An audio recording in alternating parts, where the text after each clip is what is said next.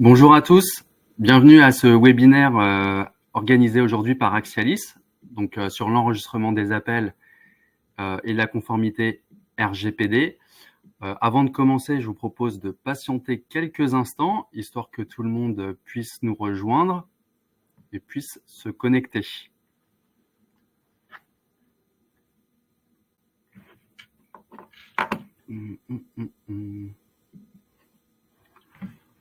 Donc, si vous avez des questions, n'hésitez pas à les poser. Hein. Il y a un chat qui est prévu à cet effet. Si je vois vos questions en live, je pourrais y répondre. Sinon, dans tous les cas, ne vous inquiétez pas. On reviendra sur vos questions à la fin et j'essaierai de vous apporter des réponses.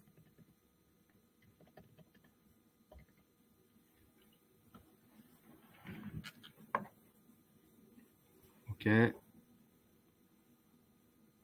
Je pense qu'on va pouvoir commencer. Allons-y. Oui, vous m'entendez bien, c'est parfait. Donc, du coup, je vais pouvoir continuer. Merci à tous de nous avoir rejoints. Je ne vous connais pas tous, mais voilà, c'est un plaisir de vous lire. Donc, peut-être que vous ne me connaissez pas. Donc, moi, je m'appelle Jean-Marc Hédou. J'ai rejoint Axialis il y a un peu plus de 3 mois maintenant en tant que Pre-Sales Manager. Et donc, aujourd'hui, avec Axialis, si on a choisi d'aborder ce sujet sur l'enregistrement des appels et la conformité RGPD, c'est parce que c'est un sujet qu'on entend beaucoup. Il fait vraiment partie des questions récurrentes qui sont abordées par les experts de la relation client et qu'on accompagne lors de la mise en place de leur projet. Donc, pour clôturer cette année 2023, on s'est dit que c'était opportun d'aborder ce sujet, soit pour vous permettre d'améliorer vos pratiques si vous êtes déjà à l'aise sur ce sujet, soit de partir avec de bonnes bases pour l'année 2024. Donc, au programme du jour, donc on va voir la première question qu'il est légitime de se poser, c'est pourquoi on enregistre les conversations. Deuxième point, on verra qu'on ne peut pas faire n'importe quoi. Il y a un cadre à respecter et des normes vraiment à respecter. Ensuite, on vous donnera nos tips, nos conseils, les bonnes pratiques à mettre en place pour vraiment être à l'aise sur ce sujet. On abordera un sujet un peu plus sérieux qui concerne la sécurité et la confidentialité par rapport aux enregistrements d'appels. Et enfin, je terminerai ce webinaire avec une présentation d'Axialis, pour ceux qui ne nous connaissent pas.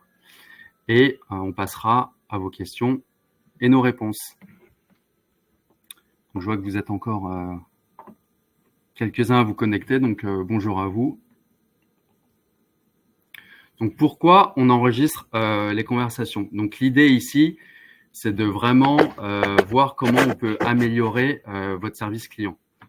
Donc, pourquoi les enregistrements d'appels favorisent un bon service client? L'idée, c'est de bien comprendre que l'enregistrement des appels est un très bon retour d'expérience et qui permet vraiment d'identifier les irritants du parcours client. Donc, l'écoute des conversations entre vos conseillers et vos agents permettent d'identifier les axes d'amélioration pour votre relation client. Et une fois que vous avez bien défini ces axes d'amélioration, vous pouvez mettre en place soit un plan d'action, soit des formations, on va le voir juste après, visant à réduire donc ces difficultés et vraiment améliorer votre service client. Le deuxième point concerne les formations. Il faut bien avoir en tête que les enregistrements d'appels sont un outil précieux dans le développement des compétences de vos conseillers, qu'il s'agisse d'un nouvel embauché, un nouvel arrivant, ou alors pour de la formation continue. L'écoute d'enregistrement vous permet d'identifier les axes d'amélioration de vos collaborateurs. Et si donc, une fois que vous avez identifié ces axes d'amélioration, vous pouvez mettre en place des formations qui peuvent être communes si les mêmes axes d'amélioration sont partagés par plusieurs de vos conseillers, ou alors mettre en place des formations qui soient plus personnalisées. Une fois que vous avez effectué la formation, L'enregistrement des appels permet de vous assurer que les actions que vous avez mises en place ont bien été mises en pratique. Et enfin, dernier point ici, donc c'est l'évaluation des conseillers qui peut être donc faite soit de manière qualitative ou quantitative. L'idée ici, c'est qu'avec l'enregistrement des appels, vous allez pouvoir rapidement identifier donc les axes d'amélioration de vos conseillers. Donc l'objectif, c'est vraiment de les accompagner dans leur montée en compétences, de partager avec eux les bonnes pratiques, de façon à ce qu'ils soient capables de répondre à des problématiques qui soient plus complexes et surtout de les mettre en confiance. C'est vrai que moi j'ai déjà entendu le fait que voilà, l'enregistrement des appels, ça pouvait être vu comme du flicage de la part des conseillers. Mais il faut vraiment pas le voir comme ça. Il faut vraiment le voir comme de l'accompagnement sur de la montée en compétences de vos conseillers.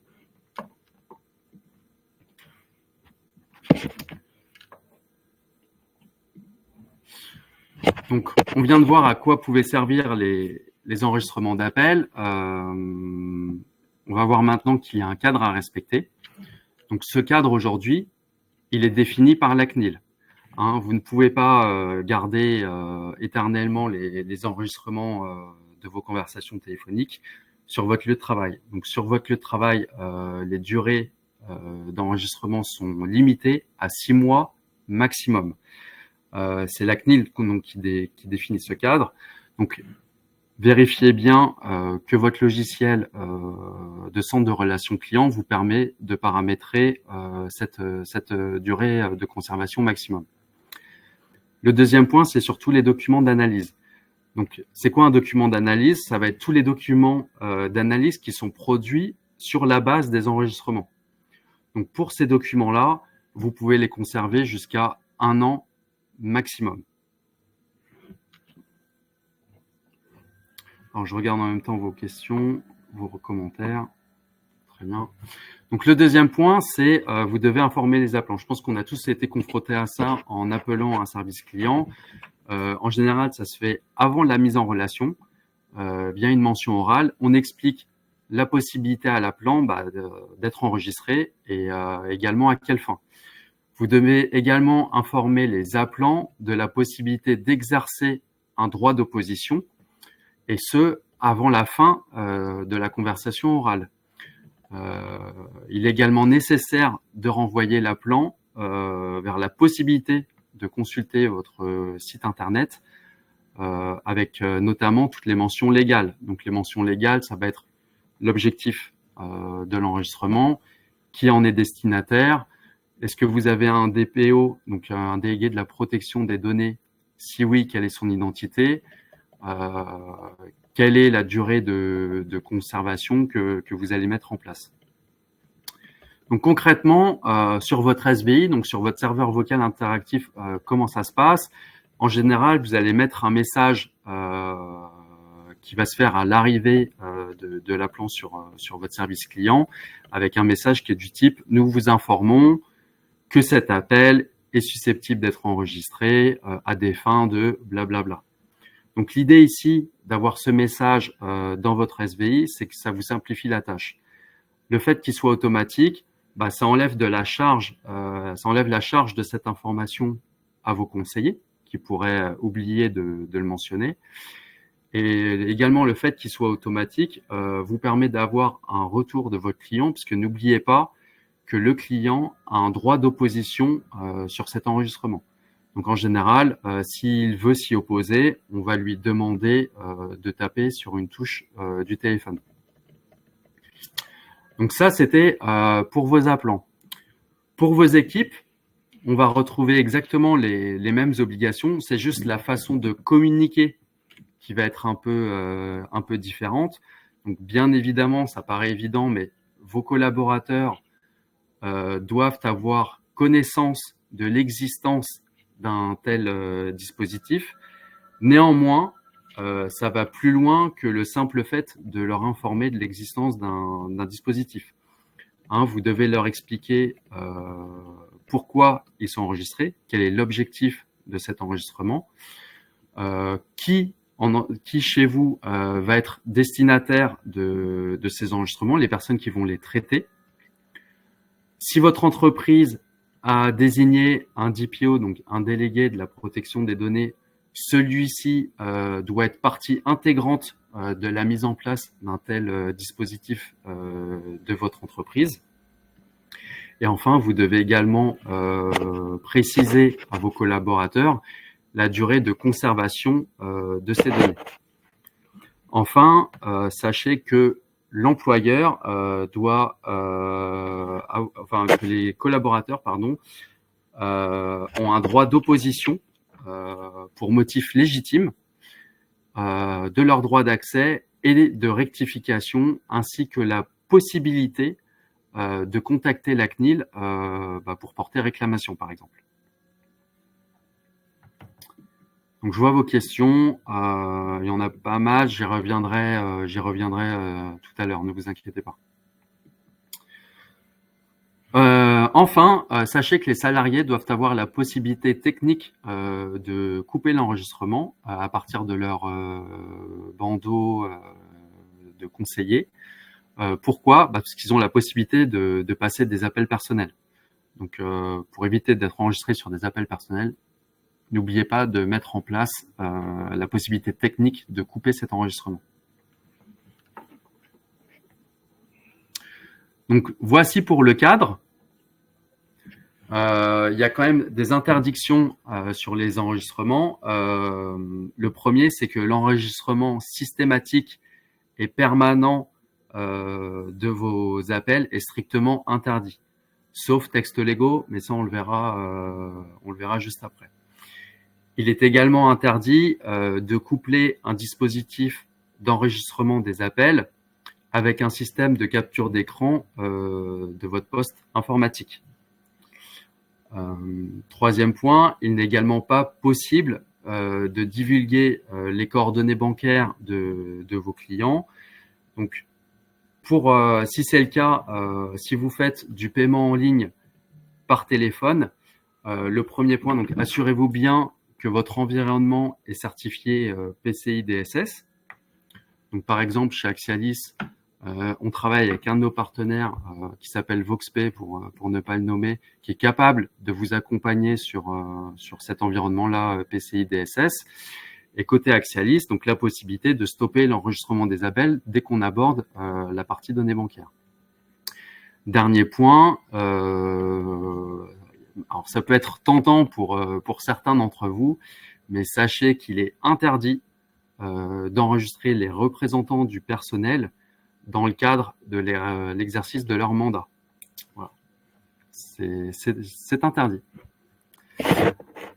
Donc, aujourd'hui, tout ce qu'on aborde repose en fait sur 4 textes. Donc, il y a 4 textes de référence qui concernent l'enregistrement des appels. Le premier, c'est le Code civil. Donc, le Code civil pour la protection de l'intimité et de la vie privée. Le deuxième texte, c'est le Code du travail, qui va concerner donc tout ce qui est les droits, les libertés et les informations par rapport à vos salariés. Le troisième texte va être le Code pénal pour la protection de la vie privée. Et enfin, dernier texte, le plus connu, donc c'est le règlement européen général pour la protection des données. L'idée aujourd'hui, c'est pas de rentrer en détail dans ces textes, mais vraiment d'y faire référence. N'hésitez pas à les consulter si vous en avez besoin. Et sachez que si vous avez une réclamation à faire par rapport aux enregistrements des appels, c'est directement sur le site de la CNIL. Donc voilà, n'hésitez pas à consulter ces textes de loi.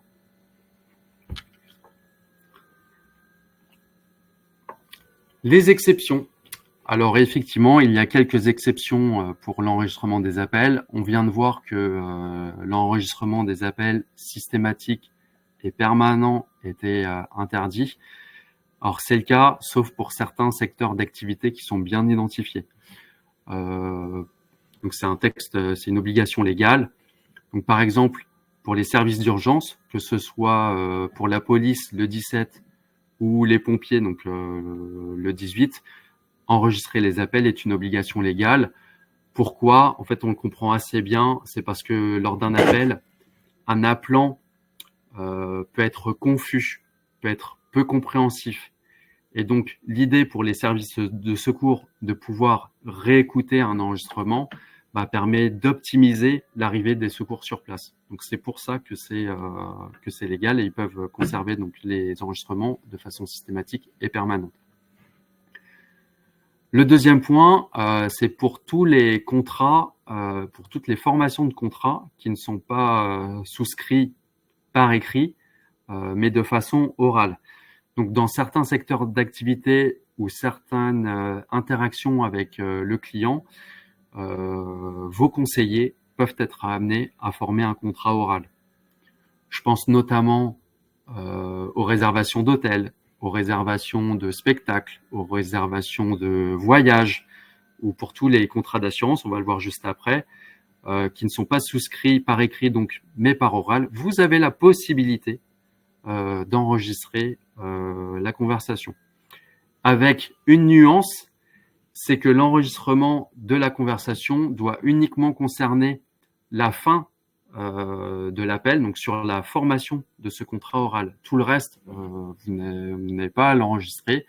Vous avez vraiment la possibilité d'enregistrer sur la formation de ce contrat oral. Le dernier point concerne donc le démarchage téléphonique par les distributeurs d'assurance. Du fait que par le passé, il y a eu quelques abus, aujourd'hui, l'idée, c'est de vraiment protéger à la fois et l'assureur et l'assuré par rapport au démarchage téléphonique.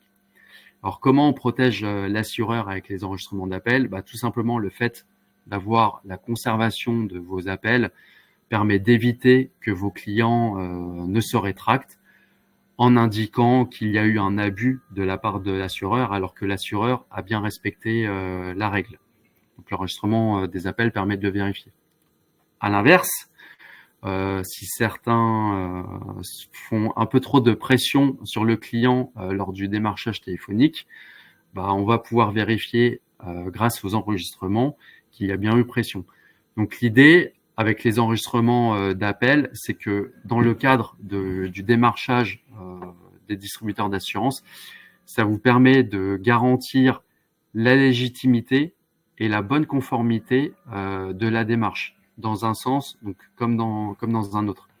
C'est aussi un moyen que la CNIL a de vérifier que toutes les règles sont bien respectées.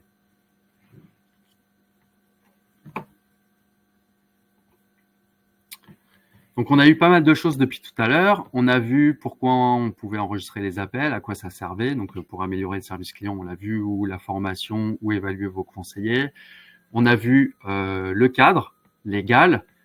On a vu les textes de référence. On a vu ce qu'il était interdit de faire. Ce que je vous propose maintenant, c'est d'évaluer ensemble votre conformité par rapport à ce sujet. Donc, la question du jour, c'est: et vous, est-ce que vous considérez en conformité avec l'enregistrement des appels et la conformité RGPD?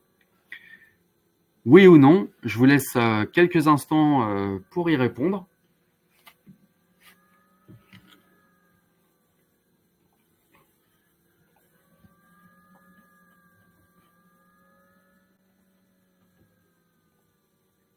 Voilà, n'hésitez pas à répondre.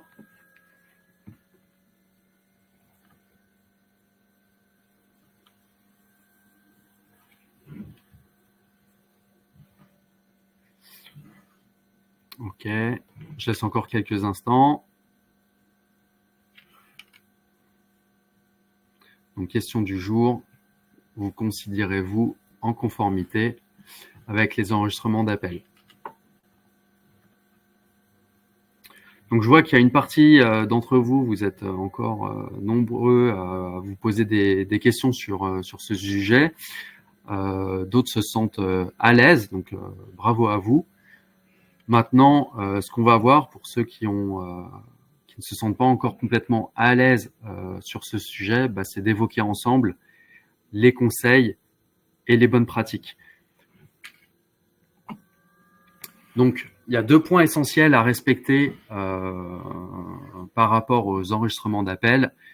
Le premier, c'est d'être capable de paramétrer votre logiciel de centre de relations clients. Le deuxième point, c'est le contrôle de l'enregistrement via le bandeau de votre conseiller. Alors, pourquoi le paramétrage de votre logiciel de centre de relations clients? Donc, on a vu tout à l'heure qu'il y avait deux choses à paramétrer. Le premier, c'est la durée de conservation des appels. Le deuxième point, c'est le volume de pourcentage d'appels que vous souhaitez conserver. Donc, on a vu que vous ne pouvez pas conserver les appels plus de 6 mois, sauf si vous êtes un service d'urgence. Donc, il est nécessaire, indispensable même, de bien paramétrer cette durée à 6 mois maximum dans votre outil de logiciel de téléphone. Le deuxième point, c'est le volume d'appels que vous souhaitez conserver. Par exemple, chez Axialis, on recommande à nos clients de ne conserver uniquement que 30% des appels. Pourquoi 30%? Parce que on estime que c'est un volume qui est satisfaisant pour pouvoir derrière faire de l'analyse de verbatim, pour opérer de la formation en interne avec vos collaborateurs, ou bien pour évaluer la qualité de service de votre centre de relations clients. Donc pour ces deux points-là, durée de conservation des appels et volume d'appels, vous devez paramétrer votre logiciel de téléphonie. Le deuxième point, c'est le stop and go sur votre bandeau conseiller. Donc la possibilité de stopper ou déclencher l'enregistrement. On a vu tout à l'heure qu'à partir d'un moment où un client s'oppose à un enregistrement, si vous abordez les données bancaires ou des données sensibles, ou si votre conseiller passe un appel perso, vous avez la possibilité, vous devez même stopper l'enregistrement. À l'inverse, pour la formation d'un contrat oral, on a vu que vous pouviez déclencher l'enregistrement des appels. Donc le fait d'avoir cette fonctionnalité dans votre bandeau opérateur vous permet de gérer tous les cas. Donc sachez que chez Axialis, on opère bien évidemment ces deux fonctionnalités. Si vous êtes déjà client chez nous, mais que vous ne vous souvenez pas comment paramétrer tout ça, n'hésitez pas à vous rapprocher de votre CSM, votre Customer Success Manager, qui se fera un plaisir de vous aider et de vous accompagner sur le paramétrage de votre logiciel Axialis. Et si on ne travaille pas encore ensemble, n'hésitez pas à nous communiquer donc vos coordonnées dans le chat. Et nous ne manquerons pas de vous rappeler ou alors tout simplement de nous communiquer via notre site internet ou par mail.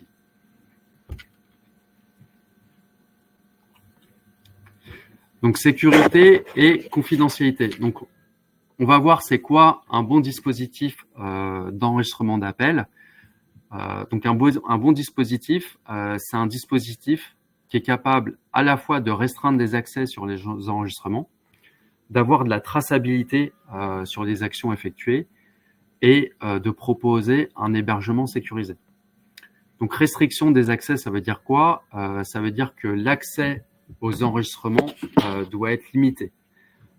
La CNIL précise que les enregistrements téléphoniques mis en œuvre à des fins probatoires ne doivent être accessibles qu'aux personnes compétentes dans le cadre de la gestion à l'amiable ou contentieuse des litiges avec les consommateurs.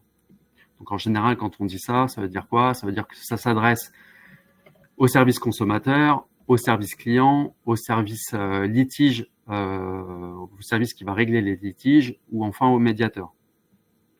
Donc ça, c'est le premier point. Une fois que vous avez mis en place l'habilitation des accès par rapport aux enregistrements, vous devez vous assurer de mettre à disposition un outil informatique capable de tracer les accès aux enregistrements. L'idée derrière, c'est de savoir quels salariés accèdent aux enregistrements et à quelle date. Dernier point, c'est l'hébergement sécurisé. Donc, pour certains secteurs, je pense notamment à la banque, aux assurances et aux mutuelles, la collecte de données sensibles est inévitable. Parfois même, l'enregistrement des appels est nécessaire puisqu'il fait valoir comme acceptation du contrat. Dans ce cas-là, vous pouvez avoir une sécurité renforcée. Donc, qui dit sécurité renforcée dit prendre des précautions. Et les précautions, ça va être quoi? Ça va être l'hébergement sécurisé. Donc, en disant ça, on pense notamment à un hébergement de type S3.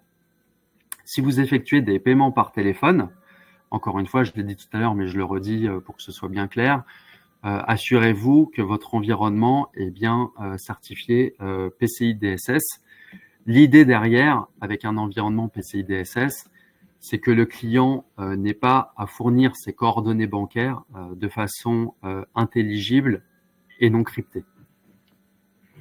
Donc en résumé, c'est quoi un bon dispositif? C'est un dispositif qui est capable de bien gérer l'habilitation des accès, d'avoir une bonne traçabilité sur qui fait quoi par rapport aux consultations des enregistrements et d'avoir un hébergement sécurisé. Bien évidemment, le logiciel Axialis répond à ces 3 critères. Donc justement, c'est l'occasion pour moi de vous présenter un peu plus Axialis pour ceux qui ne nous connaissent pas encore. Donc vous l'aurez compris, si aujourd'hui on a décidé de vous parler de ce sujet, c'est parce qu'Axialis est expert de la voix. C'est vraiment notre cœur de métier. On est opérateur télécom depuis plus de 20 ans maintenant. On a nos propres infrastructures.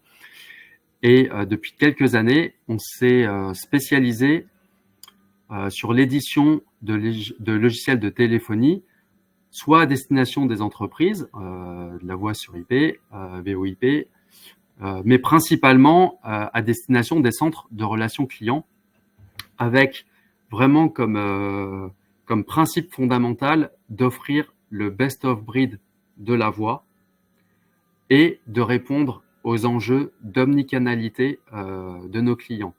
Ça peut être de l'interfaçage avec vos outils métiers.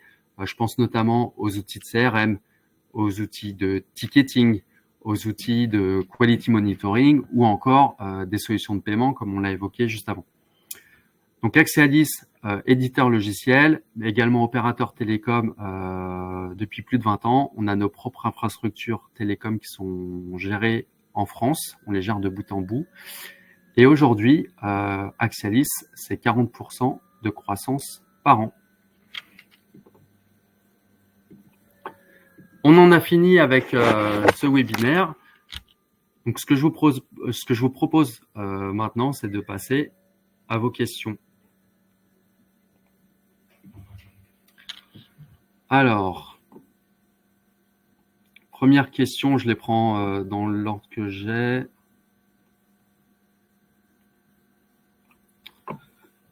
Alors, première question, c'était peut-on enregistrer 100% des appels? Alors, on a répondu à cette question. Vous pouvez enregistrer 100% des appels si vous êtes un service d'urgence. Sinon, vous ne pouvez pas enregistrer 100% des appels. Encore une fois, chez Axialis, on vous recommande 30% des appels. Mais c'est quelque chose que vous pouvez également voir en interne avec votre DPO.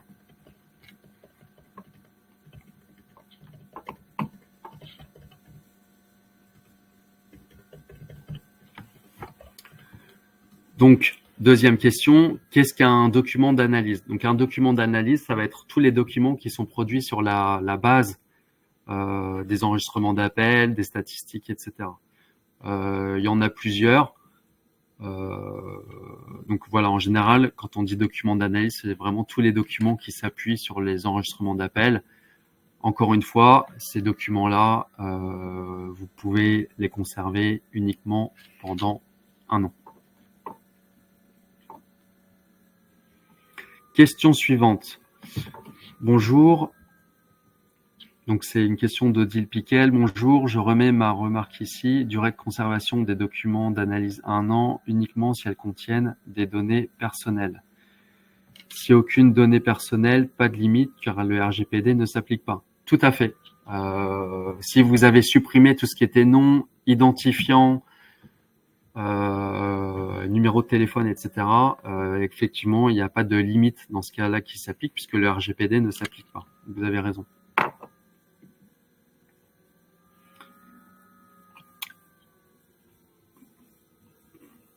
Question suivante. Quels sont les enjeux juridiques en cas de conservation de plus de 6 mois? Alors, c'est écrit dans le texte de la CNIL. J'ai pas la réponse parce que je maîtrise mal ce sujet. Néanmoins, je vous invite à consulter le site de la CNIL qui fait référence à toutes les obligations légales et donc tous ces enjeux juridiques par rapport à la conservation des documents qui ne seraient pas respectés.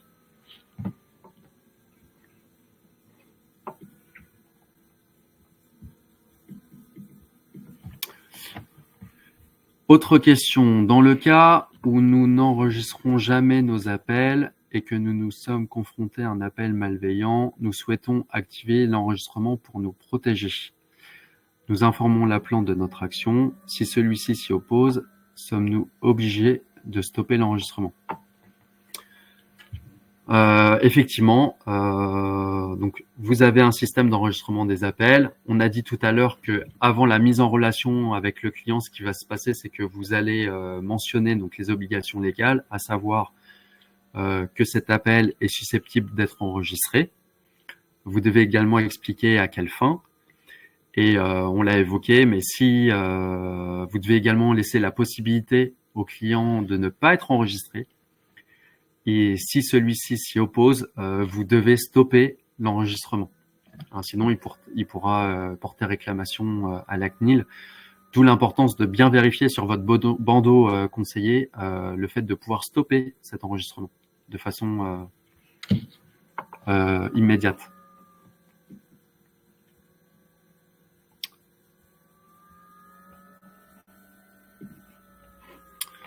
Comment gérez-vous l'information des personnes au cours ou avant l'appel? Donc de base, chez Axialis, on a pris le parti d'enregistrer tous les appels. Cependant, le conseiller a la main pour stopper un enregistrement. On l'a dit tout à l'heure, quand le client s'y oppose, par exemple, quand on aborde des données sensibles, ou bien quand le conseiller veut passer un appel personnel. Dans ce cas-là, c'est vraiment sur la partie bandeau opérateur de notre solution.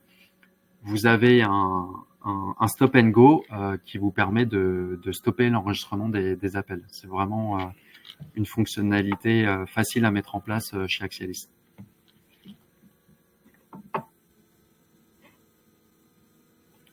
Question suivante. Comment informer officiellement nos collaborateurs de l'enregistrement? Quel document, format, celui-ci doit-il être précisé dans leur contrat ou leur avenant? Alors oui, vous pouvez le préciser en affichant par exemple les documents. Ça peut être par exemple la machine à café, en général c'est ce qui se fait. Ce sont tous les documents, c'est des mentions légales, donc effectivement ça doit être précisé dans leur contrat. Et si ce n'est pas le cas, effectivement, vous pouvez le mettre dans un avenant.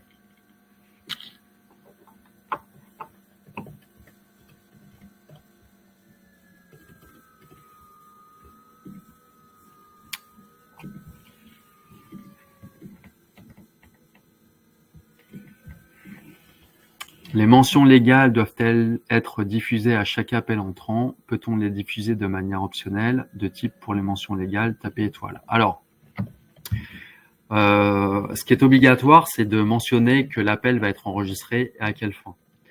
Vous n'êtes pas obligé de mentionner tous les aspects légaux. Néanmoins, vous devez indiquer où est-ce qu'on peut trouver ces informations. Donc, ça peut se faire soit en indiquant à l'appelant de vous rapprocher, de consulter votre site internet pour y voir les mentions légales, donc les objectifs, le traitement des données, la conservation, etc., etc. Soit effectivement en les énonçant par téléphone, par exemple en tapant la touche étoile du clavier. Tout à fait.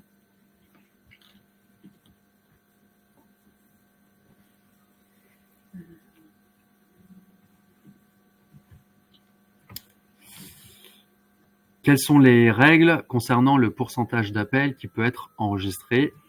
Axialis conseille 30%, mon DPO 10%. Comment se situer? Comment décider? Légalement, y a-t-il plus d'informations que de ne pas enregistrer 100%? Alors effectivement, la CNIL mentionne de ne pas enregistrer 100% des appels, mais ne va pas plus loin sur le volume d'appels à enregistrer. Donc effectivement, je l'ai dit, hein, nous on conseille 30%. Si votre DPO indique 10%, bah, dans ce cas-là, vous devez respecter les 10%. L'idée derrière, c'est vraiment d'avoir le bon volume d'appels pour pouvoir pour vous permettre de faire de l'analyse de verbatim, avoir suffisamment d'appels pour faire de la formation en interne auprès de vos collaborateurs, ou bien pour évaluer votre centre de relations clients. Voilà. La seule règle à respecter, c'est de ne pas enregistrer 100% des appels. C'est vraiment ça qu'il faut retenir. Après, bien évidemment, enregistrer beaucoup d'appels veut dire aussi avoir beaucoup de stockage, et le stockage, ça coûte cher. Autre question, possibilité technique de couper les enregistrements par le collaborateur. Est-ce une obligation légale? Oui, puisqu'on l'a vu, si le client s'oppose à l'enregistrement, vous devez stopper l'enregistrement. Pareil, si le collaborateur souhaite passer un appel personnel, si vous abordez des données sensibles, dans tous ces cas-là, vous devez stopper l'enregistrement. D'où l'importance d'avoir la possibilité technique de bien couper les enregistrements via le bandeau du conseiller.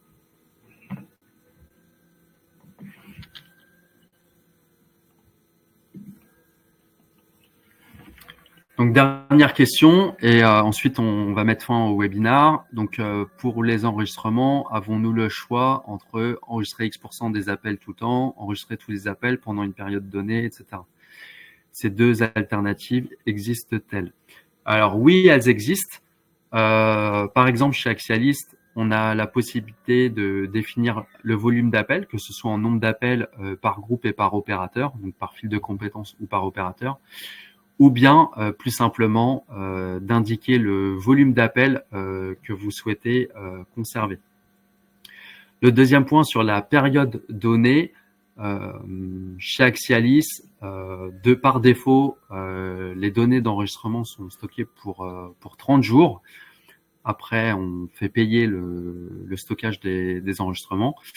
Et voilà, on a bien la possibilité, en tout cas chez Axialis, d'avoir ces deux alternatives, que ce soit sur le volume d'appel ou sur la conservation des données.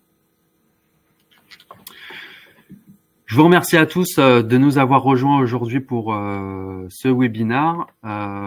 Si vous avez d'autres questions, n'hésitez pas à nous contacter. On se fera un plaisir de vous répondre. Je vous dis à l'année prochaine et d'ici là, je vous souhaite de bonnes fêtes de fin d'année. Merci à tous. Au revoir.